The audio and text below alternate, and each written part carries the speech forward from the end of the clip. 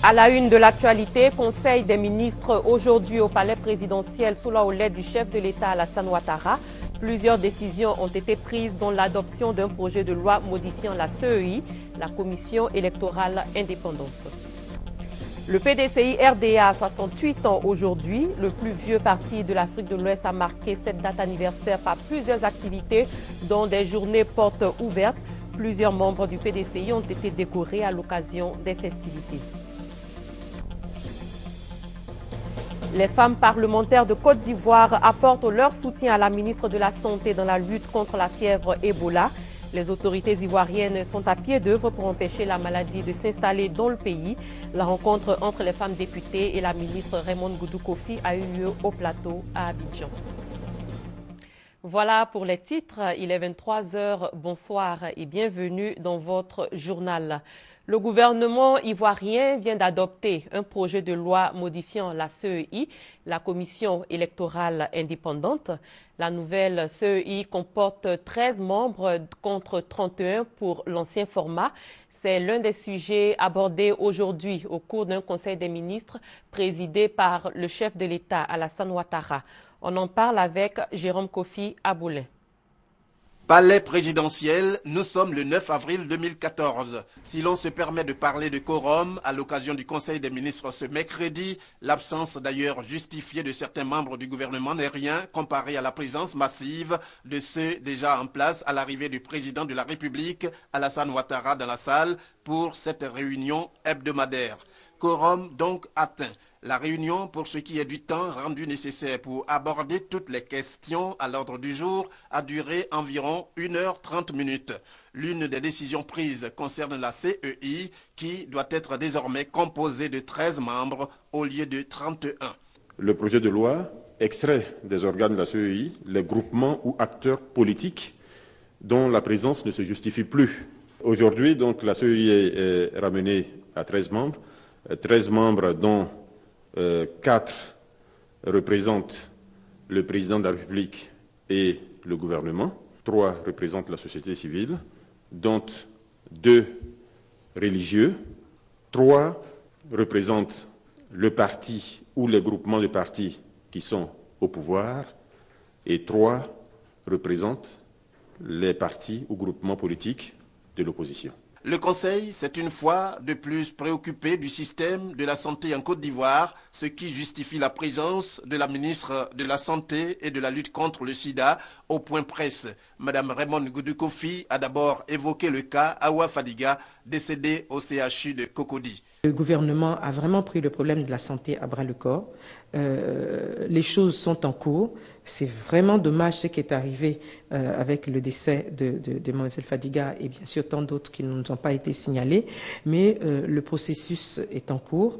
Nous sommes vraiment en train nous travaillons. Le gouvernement a mis beaucoup d'argent déjà et le gouvernement a consenti à mettre ce plan d'urgence en place à hauteur globalement de 3 milliards. La ministre de la Santé et de la lutte contre le sida a ensuite rassuré quant aux mesures prises pour faire face à la fièvre Ebola qui sévit en ce moment dans certains pays de la sous-région, notamment la Guinée. Nos médecins au sein de l'INHP, c'est-à-dire l'Institut national de l'hygiène publique, ainsi que ceux de l'Institut Pasteur et du service de maladies infectieuses ont été formés très tôt, n'est-ce pas, à la reconnaissance, j'allais dire, visuelle, déjà en dehors bien sûr de la période d'incubation qui pourrait les interpeller. Je pense que nous sommes tous concernés par le problème et nous devons tous faire un effort. Donc l'impact économique, il suffit simplement d'avoir une autre activité génératrice de revenus. Si ce n'est pas la gouttière, mais ça peut être autre chose. Alors vraiment, je reste formel. Faisons tous l'effort pour nous aider à ne pas permettre l'entrée du virus en Côte d'Ivoire. Pour le gouvernement, il s'agit de prendre toutes les dispositions nécessaires concernant toujours la fièvre Ebola afin d'éviter la psychose au sein des populations. Et sachez que le Conseil des ministres a décidé de restaurer la fonctionnalité des urgences de la ville d'Abidjan et ses environs. Un plan d'action de plus de 3 milliards de francs CFA sera mis en œuvre et se déroulera en 3 phases. Par ailleurs, en attendant les enquêtes judiciaires en cours et suite à l'enquête administrative effectuée par l'Inspection générale de la santé et de la lutte contre le sida, Le Conseil a arrêté des mesures administratives conservatoires suivantes. Sans relever de leurs fonctions avec effet immédiat, le directeur général du CHU de Cocody, le chef du service des urgences et la surveillante d'unité des soins des urgences. Et le Premier ministre Daniel Cablon-Duncan est à Washington, aux États-Unis, où il prend part aux réunions de printemps de la Banque mondiale et du Fonds monétaire international ouvertes hier. Et cette plateforme va permettre au chef du gouvernement ivoirien d'échanger avec la communauté financière internationale. Un mot de sécurité à présent, un centre d'appel pour améliorer la lutte contre le racket. Il a été réhabilité et offert à la police nationale par le comité de pilotage du projet d'appui à la revitalisation des entreprises. Coût des travaux de réhabilitation, 280 millions de francs CFA. La remise des clés de ce nouveau centre s'est faite en présence du ministre d'État, ministre de l'Intérieur et de la Sécurité, Ahmed Bakayoko. Abou Sanogo. Ce sont des salles entièrement équipées. Le centre d'appel dont les clés sont remises au ministre d'État, ministre de l'Intérieur et de la Sécurité, Ahmed Bakayoko, a coûté 280 millions de francs CFA. Il va contribuer à réduire les rackets. Composé d'une salle des opérations, d'un cafétéria et d'une salle de formation, ce centre a pour objectif de permettre à la population de dénoncer les cas de racket dont elle est victime et d'accroître la réactivité de l'unité de lutte contre le racket. Un geste du comité de pilotage du projet d'appui à la revitalisation des petites et moyennes entreprises. C'est un centre d'appel intégré. Ce centre d'appel-là offre vraiment l'occasion de pouvoir tout intégrer à ces appels et permettre une meilleure diffusion de ces appels-là aux différentes unités qui doivent réagir. Si c'est les pompiers, ils le feront. Si c'est l'unité de lutte contre le racket, il le fera. Pour le ministre d'État Ahmed Bakayoko, ce centre d'appel va renforcer les capacités de l'unité de lutte contre les rackets. Nous allons améliorer notre production en faveur des populations, des opérateurs économiques, etc. Et ce centre va nous permettre d'avoir un numéro unique d'entrée des problématiques des populations. C'est une étape importante dans notre combat pour réduire le racket et j'ai bon espoir que cette mise en œuvre donne des résultats concrets. Le centre d'appel, situé dans les locaux de la police scientifique, va prendre en compte les appels d'urgence des différentes unités d'intervention de la gendarmerie nationale, de la police et des sapeurs-pompiers militaires. Après la sécurité, parlons santé.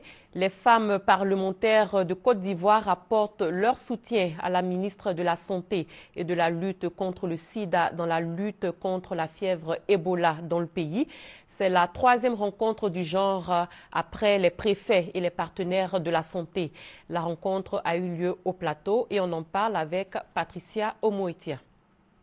Séances de travail et réunions se multiplient. La ministre de la Santé est déterminée et engagée dans la lutte contre la maladie d'Ebola. À ses côtés cet après-midi, les femmes parlementaires de Côte d'Ivoire. Elle les exhorte à relayer l'information sur le terrain afin de sensibiliser les populations. L'hygiène est surtout déjà la première étape. La notion d'hygiène est extrêmement importante. Il peut arriver un cas quelque part, bien assez éloigné, où on décède et puis selon les rites, avant de l'enterrer, on manipule cette personne. C'est le départ de la contagion. Si on ne mange pas agouti aujourd'hui, on ne mange pas hérisson aujourd'hui, on ne mange pas porc épic aujourd'hui, on ne mange pas chauve-souris aujourd'hui, on peut manger du poisson. Pour Raymond Goudou Kofi, la fermeture de la frontière ne s'impose pas. Il y a des cas, des gens qui viennent, qui partent de chez eux, qui utilisent les pistes pour entrer en Côte d'Ivoire. À nos parents, qu'est-ce que vous allez leur dire? Dites-leur simplement que quand un étranger arrive pour venir dormir dans le village, il faut prévenir le centre de santé le plus proche. Selon le point épidémiologique du 8 avril 2014, sur 151 cas, il y a 98 décès en Guinée. Sur 21 cas, il y a eu 6 décès au Libéria. Et au Mali, 9 cas suspects ont été déclarés. En Côte d'Ivoire, aucun cas découvert jusqu'à ce jour. Ebola est le nom d'un village en Ouganda où le virus a été découvert. L'épidémie s'est déclarée en février 2014 en Guinée. Et pendant ce temps, l'épidémie de fièvre Ebola prend de l'ampleur en Guinée. Ce pays enregistre désormais 111 décès dus à la maladie. Et depuis jeudi, l'OMS, l'Organisation mondiale de la santé et l'ONG Médecins d'Afrique ont déployé une équipe médicale à l'aéroport de Conakry pour contrôler les passagers. Et notons qu'il n'existe pas de vaccin ni de traitement spécifique contre l'Ebola. Nous changeons de registre pour parler de la première édition du MIVA, qui est le marché ivoirien de l'artisanat. L'événement se déroule ici à Abidjan, au Palais des Sports de Trècheville, jusqu'au 13 avril prochain. Les 36 lauréats de cette première édition ont été présentés au ministre de l'Artisanat, Jean-Louis Billon. Ces 36 lauréats proviennent de 12 pays frères. Ils ont été sélectionnés pour 2 catégories de prix. Patrice Kwaku et Victorien Angwa pour le compte-rendu. Créativité, originalité, qualité des produits présentés, création d'emplois, préservation de l'environnement, voilà entre autres les critères proposés afin de sélectionner les lauréats de la première édition du marché ivoirien de l'artisanat MIVA. Ce sont au total 36 meilleurs artisans de 12 pays frères invités. 2 catégories de prix, 3 grands prix MIVA et des prix spéciaux. Pour le ministre ivoirien de la Culture, Maurice Bandama, l'artisanat tire toute l'ingéniosité de l'emploi tout en faisant la promotion de la culture et du patrimoine. Le MIVA crée un cadre de promotion et de rencontres entre créateurs africains, acheteurs professionnels. L'artisanat a besoin de visibilité. Il ne sait pas faire de publicité tapageuse comme une grande entreprise, mais il fait un travail de perfectionnement avec amour et abnégation. Le MIVA entend ainsi évaluer l'impact des partenariats conclus dans les domaines de l'accès au marché et au financement et le développement de l'artisanat et d'en dégager les perspectives. Il va falloir qu'on travaille sur de meilleures infrastructures d'accueil pour l'artisanat ivoirien, que ce soit à Bassam, à Modeste, à Korogo, à Yamoussoukro, partout sur l'ensemble du territoire national. Du secteur de l'artisanat et des PME, il faut retenir leur aptitude à créer des emplois, leur flexibilité face au changement du cycle économique et leur potentiel de création de valeur ajoutée dans les stratégies de développement. 15 jeunes filles serveuses dans un bar à la Riviera Golf pourront désormais s'adonner à des activités décentes. Après avoir été interpellées par la brigade mondaine dirigée par le commissaire Yvonne Oulaï, elles ont eu récemment une rencontre avec la ministre de la Solidarité, de la Famille, de la Femme et de l'Enfant, Anne-Désirée Oloto. C'était l'occasion pour la ministre d'échanger avec ces jeunes filles et de leur offrir l'opportunité de les accompagner dans des activités plus honorables mais génératrices de revenus. Gabriel Zani. Le Drum Bar, situé à Cocody Riviera Golf, est désormais fermé. C'est ici que travaillaient des jeunes filles comme serveuses à moitié nues. La police a fait une descente dans ce bar dans la nuit du jeudi 3 avril. Le gérant et le diguier interpellés ont été conduits devant le parquet. 15 jeunes filles entendues et mises à la disposition de la ministre de la Solidarité qui les a reçues ce mardi à son cabinet au plateau afin de comprendre leur situation.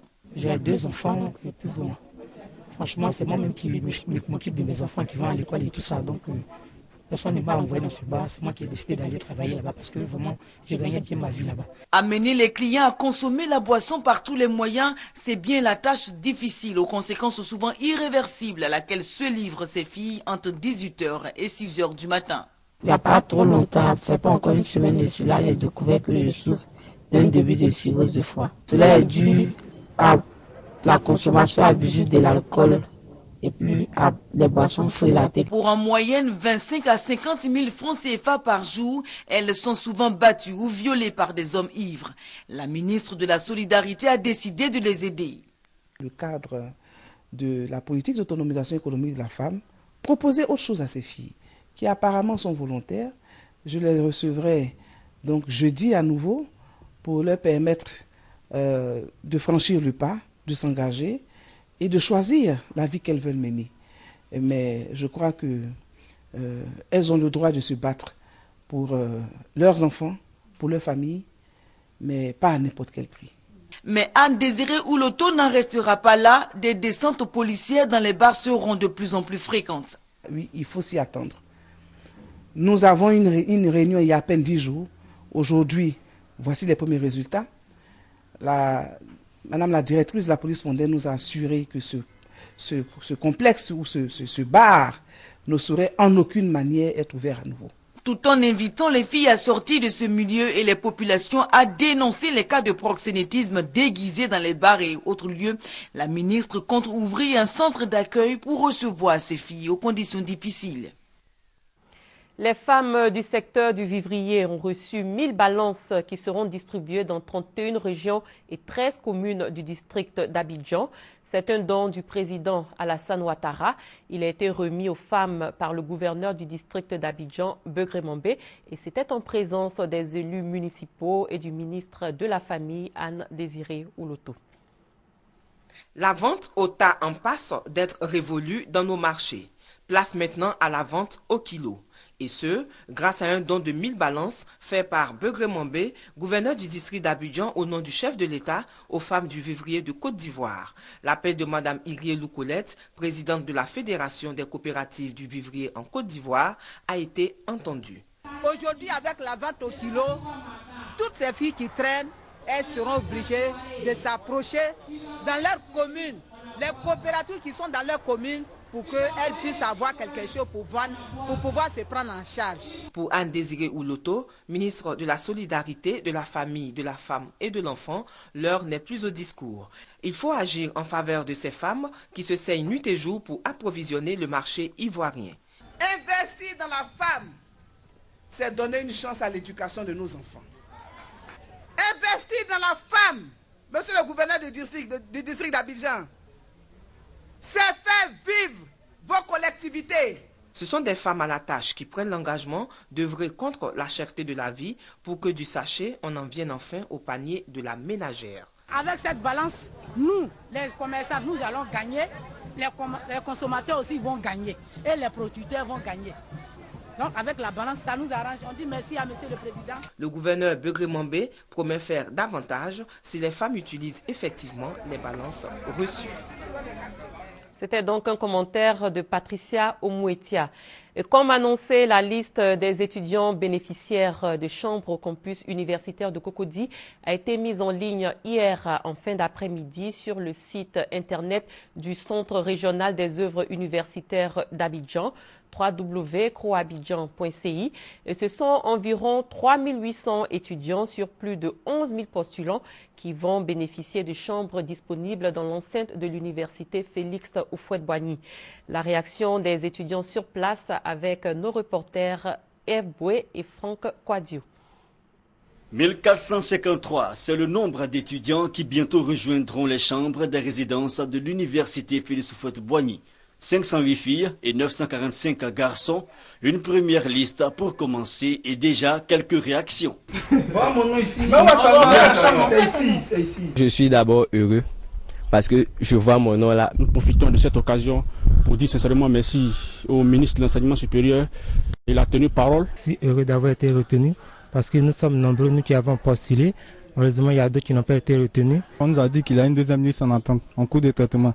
Donc on attend la deuxième liste pour voir si nos noms seront. Mon nom n'est pas sur la liste. L'année dernière, quand les listes étaient sorties, il y avait mon nom sur le net. Je suis venu le lendemain, il y avait mon nom, tout ça. Et le lendemain, ces listes ont été suspendues, nous avons d'attendre. Et aujourd'hui, il vient voir, il n'y a pas mon nom, je ne sais pas. Je comptais vraiment sur cette opportunité-là, bon, vu la distance, puisque moi je suis un peu loin, donc voilà, ça allait m'aider à pouvoir bosser, gagner du temps dans la bosse. Mince Sotanon, directeur de l'accueil et du logement au CRU, rassure les étudiants quant à la disponibilité des clés. Depuis ce matin, l'administration des résidences universitaires du campus d'Abidjan, elle est prête. Les agents attendent les étudiants. L'étudiant retenu sur la première liste qui va se présenter ce matin dans nos résidences sera reçu et il pourra tranquillement intégrer sa chambre. Sur les 3800 lits à pourvoir à l'université Félix Houphouët-Boigny, restent 2347 lits pour une seconde liste de bénéficiaires. Elle sera connue dans les prochains jours selon les autorités du CRU. Et pour ouvrir la page politique de cette édition, le PDCI-RDA, le plus vieux parti de l'Afrique de l'Ouest, a 68 ans aujourd'hui, 68 ans d'existence. Plusieurs activités ont marqué ce jour anniversaire, au nombre desquelles une journée porte ouverte pour présenter aux militants les moments forts de la vie du parti. Léon Brou. Quelques moments forts de la vie du PDCI-RDA en images et en lettres. Des lettres et des images retraçant également la vie de Feu Félix Houphouët-Boigny, père fondateur du PDCI-RDA. Deux histoires communes donc pour permettre aux militants de se ressourcer dans leur parti 68 ans après sa création le 9 avril 1946. Pour l'idéologie du parti, qui est la paix, le dialogue, la tolérance, c'est le parti idéal pour tout jeune Ivoirien qui veut s'épanouir. Donc il faudrait qu'on leur explique l'histoire de ce grand parti pour qu'ils viennent y adhérer de plus en plus. Objectif atteint pour la direction du PDCI-RDA, eu égard aux réactions des militants. Mais ça me rappelle l'histoire pittoresque du PDCI, une histoire qui part du président Félix Houphouët-Boigny, en passant par le président Henri Konan Bédié et tous les jeunes militants d'aujourd'hui. J'essaie de me cultiver, mais il y a toujours quelque chose à découvrir. Et ce sont des occasions pour découvrir certaines choses qu'on ignorait. Je vais véritablement en militant requinqué, je vais retrouver mes frères et sœurs à la base pour leur dire véritablement ce que c'est le PDCI-RDA. Cadre de cette exposition photo couplée de dédicaces d'œuvres biographiques sur le père fondateur du PDCI-RDA, la maison du parti à Cocody. Une bâtisse entièrement rénovée, notamment sa salle du bureau politique, destinée aux prises des décisions majeures sur la vie du PDCI-RDA. Les militants ont aussi découvert la liste des pionniers de leur parti. À l'occasion de ce 68e anniversaire, le Parti démocratique de Côte d'Ivoire a manifesté sa reconnaissance à certains de ses militants. 21 d'entre eux ont été distingués aujourd'hui dans l'ordre du mérite du PDCI-RDA pour leur fidélité et leur engagement envers le parti. Les femmes de l'UDPCI, l'Union pour la démocratie et la paix en Côte d'Ivoire, ont rendu visite aux femmes du RDR, le Rassemblement des Républicains. Les échanges ont eu lieu au siège du RDR.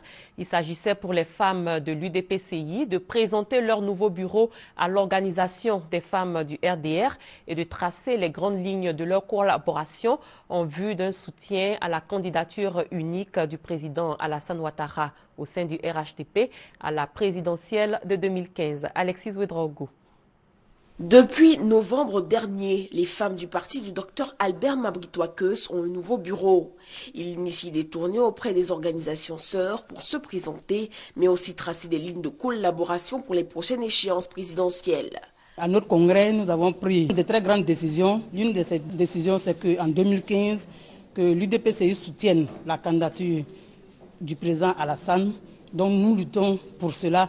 Nous voulons qu'au RHDP, que le président Alassane soit le seul candidat. La présidente des femmes du RDR n'a pas manqué d'exhorter ses sœurs à travailler dans l'unité, avec pour mot-clé la victoire du président Alassane Ouattara. Il y a la nouvelle présidente qui vient se présenter à ses sœurs du RDR. Mais en plus, elle vient leur annoncer que pour les prochaines élections, le président Ouattara est leur candidat. Alors, vous comprenez que ça ne peut être que des sentiments de joie et de fierté. La rencontre a pris fin sur l'espérance des femmes à travailler à la réconciliation totale dans le pays.